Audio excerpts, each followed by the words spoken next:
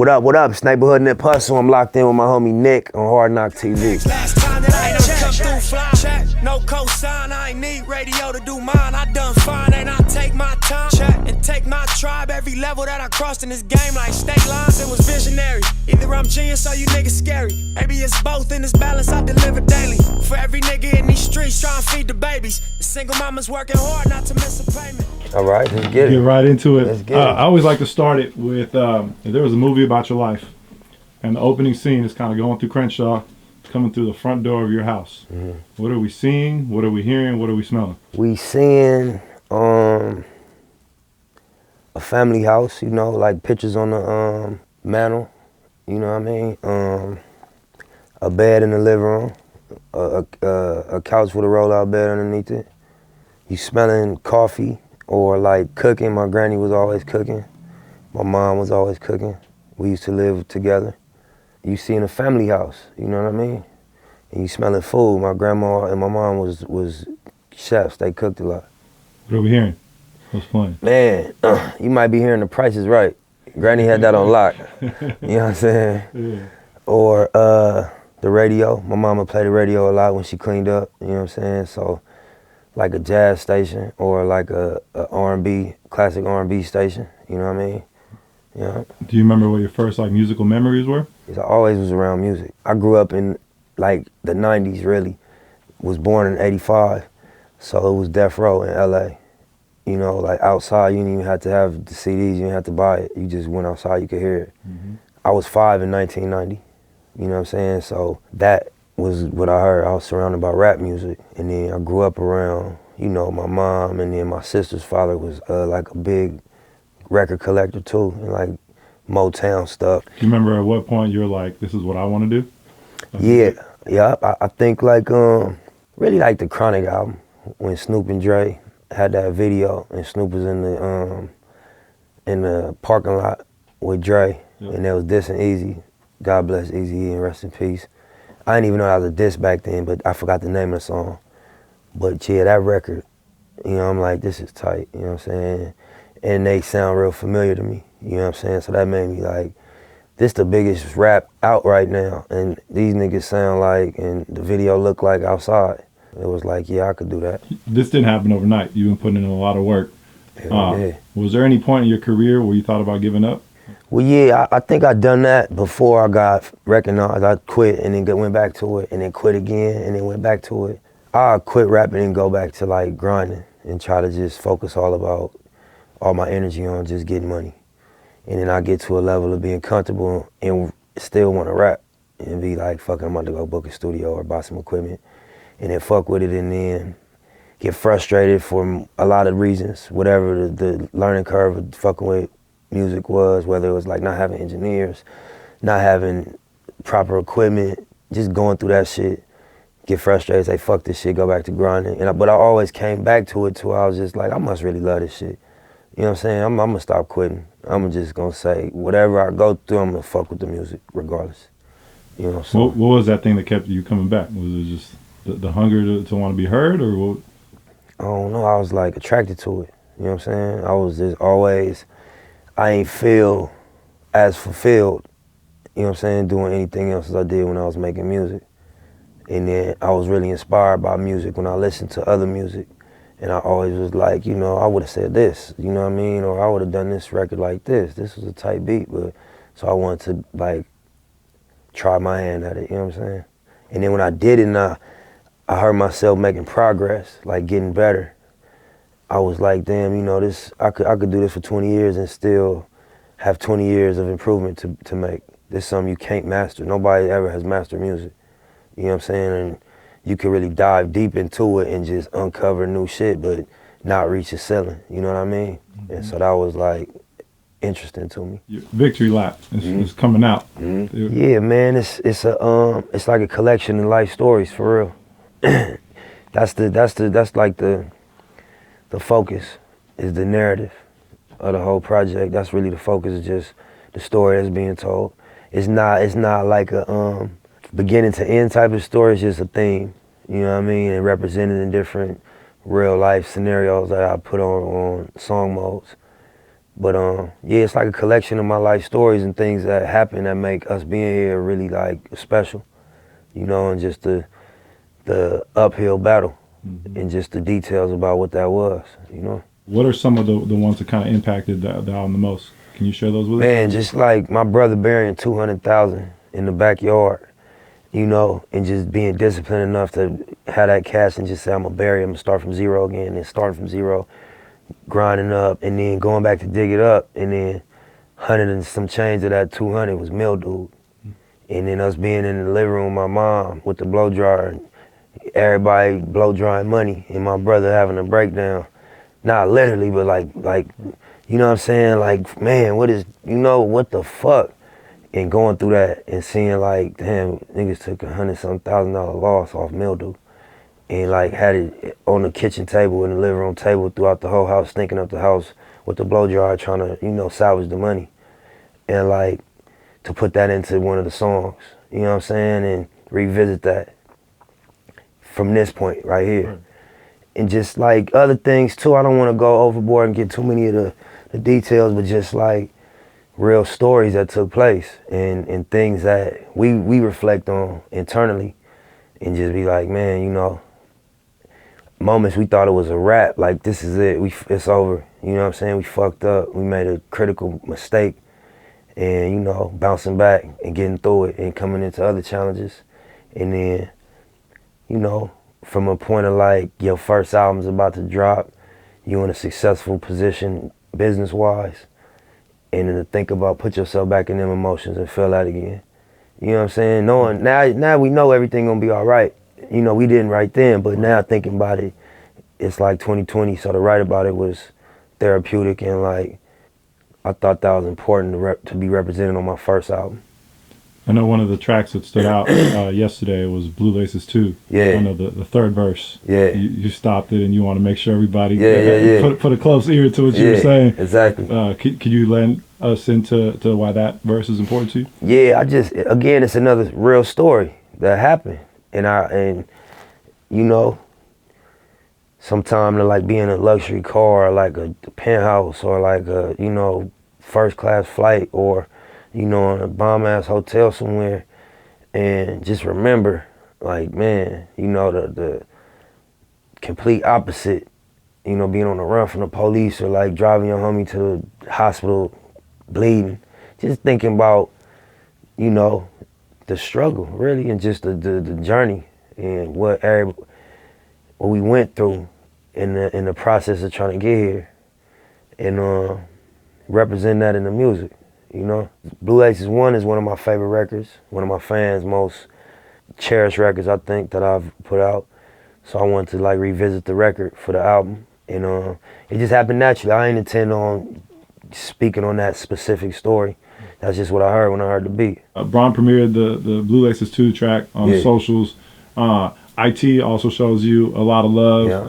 Do you feel that your music inspires athletes to train because of there is that hustler, the go get it, the grind mode? Do you feel like a lot of athletes come to you and talk to you about like feeling inspired by the music to, you know, give them that extra fuel? I've noticed that specifically athletes react to the message. And then also I think like, you know, they come from the same environment, they going through the same struggle. They just, you know, attacking it through their gifts on the court or on the field. And we doing it through the art and through the music. So I think that whether it's the message of motivation, or just if they apply it to sports, or if they apply it to just the pursuit of like becoming better and like, you know, bossing up and being, you know, successful, and you like maximizing your potential, you know what I'm saying, and like challenging yourself. I think those themes is in the music and in the message, like the marathon. But I have noticed that, like, yeah, athletes specifically, you know, reacting or inspired. And likewise, we sit in the studio and had a playoffs on mute and go back and watch classic performances, you know what I'm saying, and just be like, look at the zone they was in, you know what I'm saying? So definitely, I think we both feed off each other. It's crazy that a player like IT, who to me has got like, he's all heart, you know, he's one of the shortest guys in the NBA, but he's all heart. It's crazy that he would be the one relating to the underdog, you know. Man, I've been knowing IT since he was in college, man. You know, when I used to go to Seattle, he used to come to the shows in Tacoma with Nate Robinson. And that was early supporters, you know, from like the first Marathon mixtape. So to see him make his moves in the NBA and, you know what I mean, go give niggas hell last season and just run up his value, you know, I look at his career like I look at mine. And his trajectory, like, you know, he proved himself. And, you know what I mean, he wasn't picked, you know what I'm saying? He made himself valuable, you know what I'm saying, against a lot of odds. And so I fuck with IT heavy. What about with Bron? I see you both really doing a lot in the community and doing a lot for, you know, black businesses. Do you guys ever talk about that at all? You just kind of like watch what each one's doing, or? Nah, we don't talk about it, or we haven't. But I think that LeBron, you know, he know his position and he embraces his role from what I see. And I try to do the same. You know what I mean? You in a leadership position, you gotta embrace it. You in a position to have resources, you gotta allocate toward what you believe in. And you know, so I think that we both relate in that respect. You know, but we ain't never had no specific convos about it. You know what I'm saying? More so just like, you know, salute, you killing them, you know what I mean? Keep going hard and repping right, you know what I'm saying? Yeah. Somebody who's also giving you props for black business and just putting down has been K-Dot. Yeah. He was on Twitter and, you know, he gave you, you know, a salute for that. Yeah. But definitely I seen that tweet and, you know, again, man, I've been knowing Dot since the LAX tour with Game, you know what I'm saying? And that's another person that made themselves valuable, you know what I'm saying, and put in work and, you know what I mean, built up what we looking at now. And it's funny, the first interview that we had with you in 2005, I don't know if you remember because it was a different host back then, it was Davey D. He walked past the back. He walked past in the back. Him and J-Rock. Yep. Yeah, my homeboy Prosper, yeah. And Top Dog walked past in the back. Yep. And Robin Hood out front right now. Everybody was, it was crazy. Yeah, I remember that. Did you know them back then? Or yeah, for sure. Kind of for sure. Spot? We was all up and coming in LA and just was like running into each other when we'd be in the building. I remember they had a situation at Warner Brothers and we was trying to play music at Warner, and so we'd bump into each other in the halls and doing promo on the East Coast. Me and J-Rock, you know what I mean, would always campaign together, doing songs together and all that, and just watching Top Bill, TDE, and watching Schoolboy and Kendrick and Av and everybody just go up. It was all, you know, early seeds was planted for that. Even Ali, like Ali mixed the album, you know what I mean? And yeah, he mixed Victory Lap, and he mixed the No Pressure project me and Bino just put out. So it was a long road, a long process, and you know, we've been thugging for a minute with each other. There's a song called Dedication on your project. Yeah. That's one of the standouts for me. What can you tell me about that song? Man, just like I think it's really a clear expression of what I was trying to say on the album and just as an artist and just what I went through and what I experienced, and just like, you know, it took dedication. That's the best word. You know what I mean? And I think that's the best piece of advice I can give anybody is to be dedicated. Yeah, that record came out, happened naturally the way it got wrote. It's just speaking to the process. And you know what I mean? It's a passionate record, you know, and it got a dope feature. And I think, like you said, that'll be one of the standouts for sure. Yeah, it's a moment this special. It's what happens. Stay down, the game bless you. It's what happens. Don't fold, the game test you. If you pass it, you gone, they can't catch you. It's permanent. I've been down, I deserve this shit. For someone who's kind of seen the industry from a lot of different angles, you're able to kind of build your brand without necessarily the traditional tools. It wasn't necessarily radio that built you. It was kind of a ground up. What kind of advice would you have to, you know, the young guys right now in the industry who are kind of looking to figure out how to create their own lane? Man, honestly, it's hard to just give, like, you know, blanket advice to, like, here's what you should do. But I'll be like, you know, master the craft. You know what I'm saying? After all the strategies wear off and all the approaches, you know what I'm saying, get tried, everybody gonna realize it's about the music. You know what I'm saying? It's about how what level the music vibrate on. Something that you talk a lot about in your rhymes is owning your rhymes, right. Owning your masters. Right. Yeah, especially, I mean, streaming right now is more important than ever. Just because, like, you know, it's a lot of money in streaming. And especially when you drop a popular project or a big song, if you get the back end of that, you know, that's real money. The value of the song over the lifetime of the song is hard to even calculate. You know what I'm saying? When the records are successful and or even just viral and they trending on the mixtape level, that the streaming turns over. So if you can, stay in control, you know, of your masters as long as you can, because you will love to have a catalog. That's the best thing I had, is that, you know, I got a catalog of music that, you know, is streamed every month. And you know what I mean? We involved in that. Mm-hmm. So I got to see it from that level. When everybody's complaining about streaming, I'm like, you know, I don't understand that. Mm-hmm. Because, you know, I see it from a level of like a business whose products stream. And from that perspective, it look good. If I was just a business and the product I was streaming was a different artist, the artist might feel different than I feel, because he's seeing the streaming from whatever his agreement with the company is.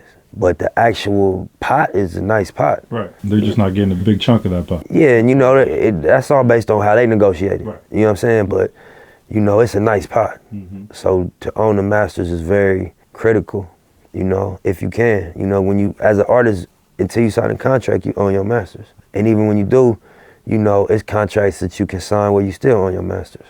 That's definitely the cornerstone to, you know, maximizing the value. Is try to maintain the ownership of the master.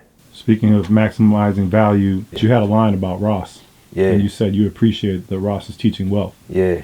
You know, I feel like that's what you're supposed to do. You know, I look at moves from the outside looking in.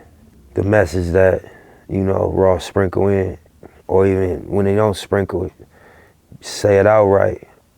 I think that's the most empowering message right now, you know. So I just, again, all the writing on the album came out natural, but I felt like I wanted to just speak to that. We inspired by that as the next generation under that era. It's also young kids that's being molded by what's being said in rap music. So, you know, it's a line between preaching and just keeping it a thousand and being thorough.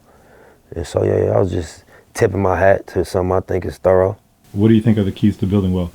Man, I think that it's a formula, and then it's also some things that's intangible. To own something is very important. To understand investment, you know, to understand living within your means or under your means, you know, to understand how to make something, you know. I think that's what's been critical for me, is I make something. I take something from zero and I make it, which is music. And that's a very powerful tool, to be able to like come into a room and create something out of nothing. And so that's worked for me. But then it's people that, you know, master that part of the game, but consume so fast that it's hard to even get ahead. So it's a combination of things, and I ain't the poster boy for it. But at the end of the day, that's the direction we walking toward, is becoming wealthy to the level that it's not gonna go away, and that, you know, we create a situation that it lasts longer than us. I've always feel like one of the things I admire about you the most is you're always very forward thinking. Right. You were on a panel at Complex Con.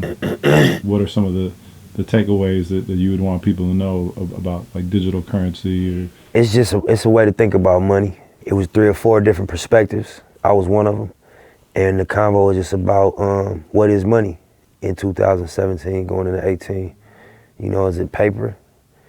You know, is it agreed value? What makes something currency? You know, so that was what the debate was, and everybody was revolving around that as a question. But just cryptocurrency is, I think it's like a form of karma. I think that the banks had such a crooked model that the engineers and software designers and programmers was like, we're not gonna fix this with a protest. We're not gonna fix this with a march on Wall Street. We're gonna fix this with technology. And they created a equalizer that just, it checkmated the whole game. You know, that's my view on it. It's just like the energy balancing out what went wrong over there, and just the disadvantage that the people were at. The cryptocurrency is balancing that out, or will in the long run. It's gonna take a while, but it's gonna create an option, and you're not gonna have to go operate in that system that led to like 2008, all the banks collapsing and the real estate bubble and all the malpractice of power that, you know, was happening in the banking industry and the central banks and all that. So it's like, damn, that was slick. Whoever came up with that was slick. If you really peep it from a political point of view, For sure. you know what I mean? That was real effortless checkmate. You know what I mean? They exited before anybody knew it was up. And they still got bailed out. You know what I'm saying? It's crazy. It's interesting conversation. I've had it with some people, and you know, some people are like stuck on money so much, and I'm like, man, money's not even backed by the gold system anymore. Yeah. So it's like, what is it really worth? It's Right. whatever we, you know, want to put on it, but really it's just a piece of paper. You know, just like a credit card, just a piece of plastic, and it's the inferred value that we put on it. And as long as everybody assumes that it's worth that, it is. But if somebody tomorrow's like, that's not worth shit, it's really not backed by anything. So it's like, why not try out a new currency? It's a lot of reasons that, you know, political reasons why it's a big thing, and it's financial reasons why it's a big thing, you know, and even like on a simple level of like sending money overseas or something, to be able to do that peer to peer and not have no middleman with a fee, and with a policy, it's just a direct transaction that's, you know, regulated by a public ledger. That's a big innovation if you understand like banking and PayPal and all that type of shit. You know, somebody told me that it's like what the internet was in like the early 90s. And think about what that turned into and all the billion-dollar businesses that was built off of that. That's like what the cryptocurrency, blockchain opportunity is similar to. So it'll take a while before we see it mature and really turn into what it can potentially be. Right. And you're not just talking about it, you actually invested in a company. Yeah, definitely. Follow Coin. It's a coin, and it's also it's a utility. You know, and I spoke about it and everything. Yeah, there's a dope documentary on YouTube about it. Yeah, definitely. Let's get back to the album real quick. Yeah, Puff on some ad libs. Yeah. Why was that important to you? You know, I think what Puff represent is like elevated taste, like in terms of like hip hop, like, you know what I mean, from like fashion to music to like business, you know what I mean? Puff taste was always like premier.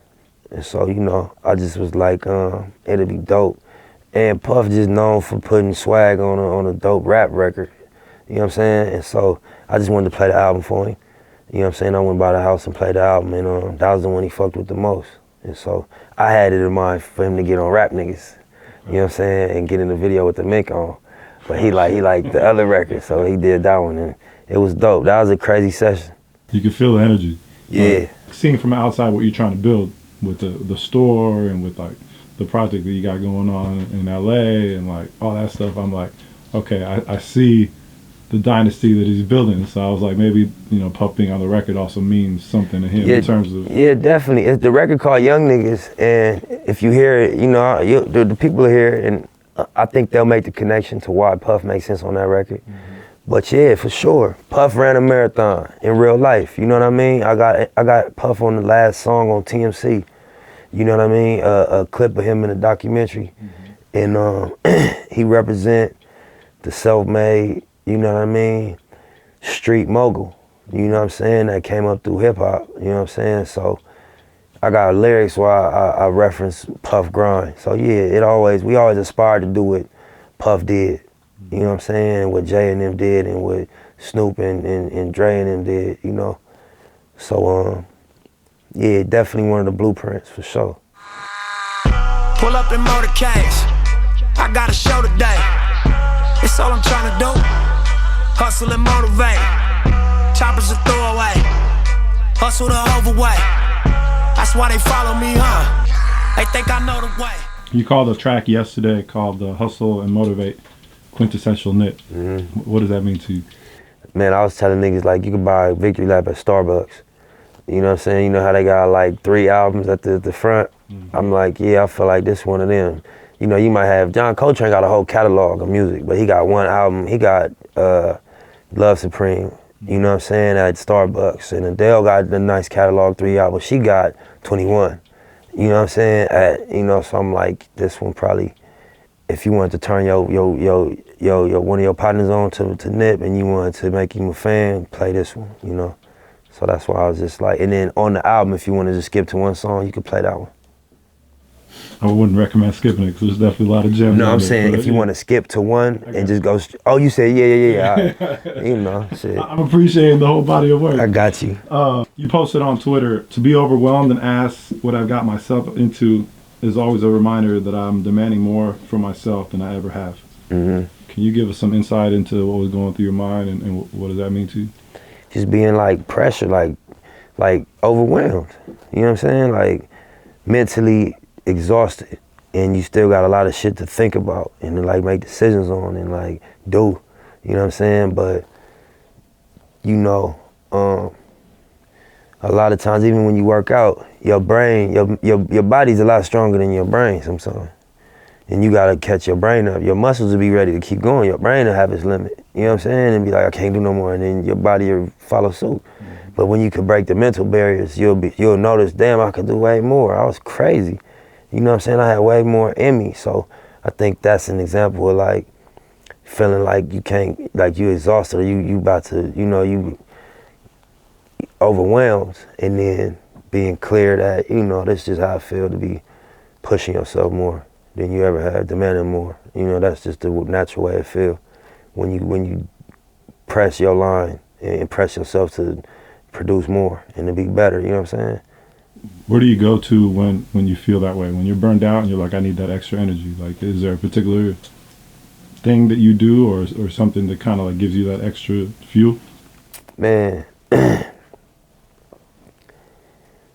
man, for real, I don't know, bro. Like, you gotta tap in mentally to different places, you know what I mean? But I just, you know, I might leave and come back. Sometime I just come back. I get my energy straight and come back, you know what I'm saying? That's probably my secret. I always come back, you know what I mean? More than anything. Mm-hmm. If you just, today ain't the day, and you know you wanna get it done, but it's not getting done, you just come back, you know what I'm saying? Might leave for an hour and come back, right. You know what I mean? But sometimes that's all it takes. You just gotta like take the pressure off you thinking about the shit. I'm just speaking in terms of making a song, being in the studio under that pressure of like creating, you know what I mean? Yeah, I think it's no one way to do it. You can smoke some weed. Sometimes niggas smoke weed. Sometimes, you know what I mean? You go watch a movie, do a whole lot of things to try to just stimulate inspiration. Mm-hmm. You know, people do all type of shit, you know what I'm saying, to stimulate inspiration, but you know, the key is to just keep going at it. You know what I'm saying? Keep going at it. Yeah. I'm glad you said the step away, because sometimes people are like, they see something, they just keep bashing their head through the wall. Sometimes you just gotta take a step back and just reassess things, and come back with a clear mind. Yeah, and people, sometimes you feel like you're giving up when you do that, but that's why it's about the double back, you know what I mean? You take a 30-minute, I be doing weird shit, man. When you make music as a lifestyle over and over and over, you get into like obsessed basketball player or coach or something and just go overboard on thinking how to get the most out of this practice or the most out of this game, you know what I'm saying? So you start, you know, leave your phone in the car, or, you know what I mean, like, give yourself, I be putting my phone on 15 minutes and then like, oh, I'm gonna just chill for 15 minutes. Mm-hmm. And my shit will buzz, and that shit help, you know what I'm saying? Just little crazy little things to be productive, you know what I mean? That it's probably just mental shit you doing with yourself, you know what I mean? To trick yourself into being productive, but that shit end up working, you know? Hell yeah. Yeah. Nah, I read 10 Habits of Highly Effective People or some shit. That was definitely one of them. Sometimes you just gotta walk around the room, come back and sit down. That's enough to just working out, doing push-ups, all type of crazy shit, just because, you know, it's like grinding. Like you used to have to sit outside all day. Mm-hmm. You know what I mean? And it wouldn't be no cells coming through, it'd be dry. But the whole exercise was to sit outside the whole day, through all the changes. You know what I'm saying? And then you'll learn the pattern. Oh, it's a morning rush, it get dry, it's slow. Mm-hmm. You gonna be uninspired around 2 o'clock probably. You know what I'm saying? Most likely you're gonna lose all your creativity around this time. If you start at this time, you're gonna run dry. You know what I'm saying? And just learning the you know what I'm saying, the pattern of what's going on, mm-hmm. by just not leaving. and then you gain a deeper understanding, and it's an advantage, you know what I mean? So the same with the music, you know? Look, Reagan so cold, Obama so hope, Donald Trump spent his trust fund money on the vote. I'm from a place where you probably can't go. Speaking for some people that you probably ain't know. There's pressure built up and it's probably gonna blow. And if we say go, then they probably gonna go. You went on social media a while back and you called out some DJs and some radio stations for not supporting a particular track. And you were like, I did my job. It's on y'all to do the job. I'm curious, what was the conversations like after that? Because I feel like we're in a moment now with what's going on with Donald Trump where it's like, I look at artists to talk for the community. But then like everybody's got to play their part. Like I put Power 106 up there, and I put the Atlanta radio station and the New York station. But you know, me and the DJs at Power, we actually had a convo on air about it, you know, and it was dope. But my main thing was just like, first as an artist, we gotta protest through our art. We make music, and then as DJs, I was just saying DJs should protest through their platform, which is DJing, whether it's in the club, in the radio station, in the backyard, whatever. If you go and protest, that's the most effective way. And so that's what that post was just about. Like, you know, as artists, YG, myself made a record, you know, and that's us doing our job as artists. If y'all, any DJs feel away, y'all should protest by, you know, supporting the records that this message is being touched on. And, you know, like I said, that's how I felt. And I feel like it was a valid point. For sure. You know what I mean? And, you know, you can't call people out and tell them how to do what they do.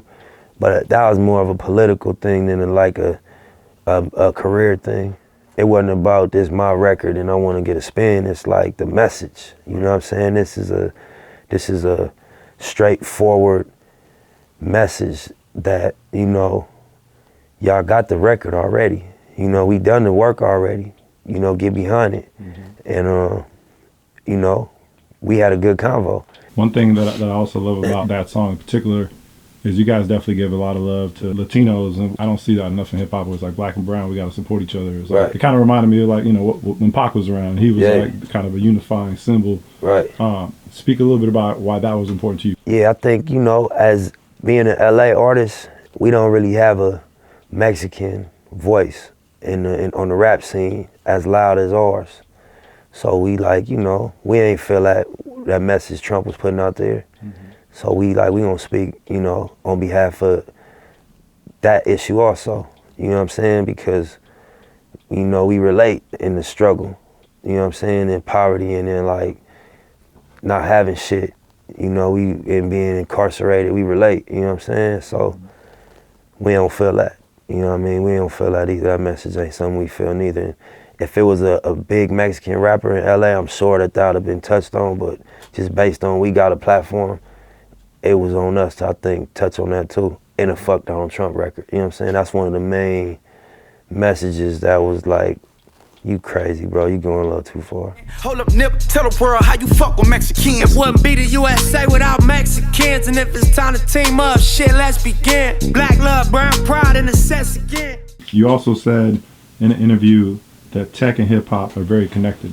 Definitely. Can you share some of those parallels for people who might not like tech and hip hop? Like, how is that connected? In so many ways.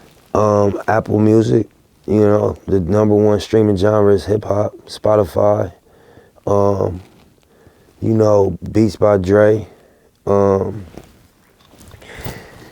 Any one of these billion-dollar platforms, a lot of the value comes from the people of influence that utilize the platforms. And those people are never involved in the business. You know what I'm saying? But they attention that they garner is being leveraged.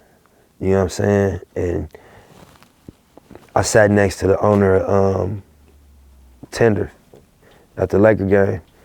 And he told me the business model of how you evaluate a app. And he told me an equation that's basically, there's a certain dollar amount for every user on an app. If you want to go sell your app, if you got 10 users, there's a certain number, dollar amount, the value of your company is based on users times this dollar amount. And so when you got 10 million followers on Twitter, the value of Twitter is a certain dollar amount times your 10 million users, plus the other 10 million, plus the other 2 million, plus the other. So when Twitter goes to get evaluated at so-and-so billion, the model is a eyeball monetization, attention monetization model. And who's the reason that they are paying attention? The celebrity, the artist, you know what I'm saying? But for us, it's like a marketing tool to stay in contact with your fans. Yeah, that's cool, but to y'all in a whole different business. Y'all in a advertisement attention model. And it's you know, you leveraging all of these followers for the day you sell your company. So we are very valuable in the tech world, you know what I'm saying? Because we have influence. And these is attention models and advertisement models, you know what I'm saying? So, you know what I mean? That's one of the ways. For sure. I think it's important for our community to realize our power in that. It's like all these brands want to pay us money to sell their brands. It's like we need to use that to sell our own shit too. 100%. Same way Puff selling vodka. And you know what I mean? Jay selling Ace of Spades. And we got to go into tech and sell something too. You know what I mean? That we own. So, you know, I think that it's coming. I think, you know, Dr. Dre was one of the first ones in that space with the streaming service that turned into Apple Music. And then obviously the hardware too, the headphones. But yeah, man, I think that it's necessary. I saw you posted on Twitter about Meek getting sent back to jail. Yeah. You retweeted that.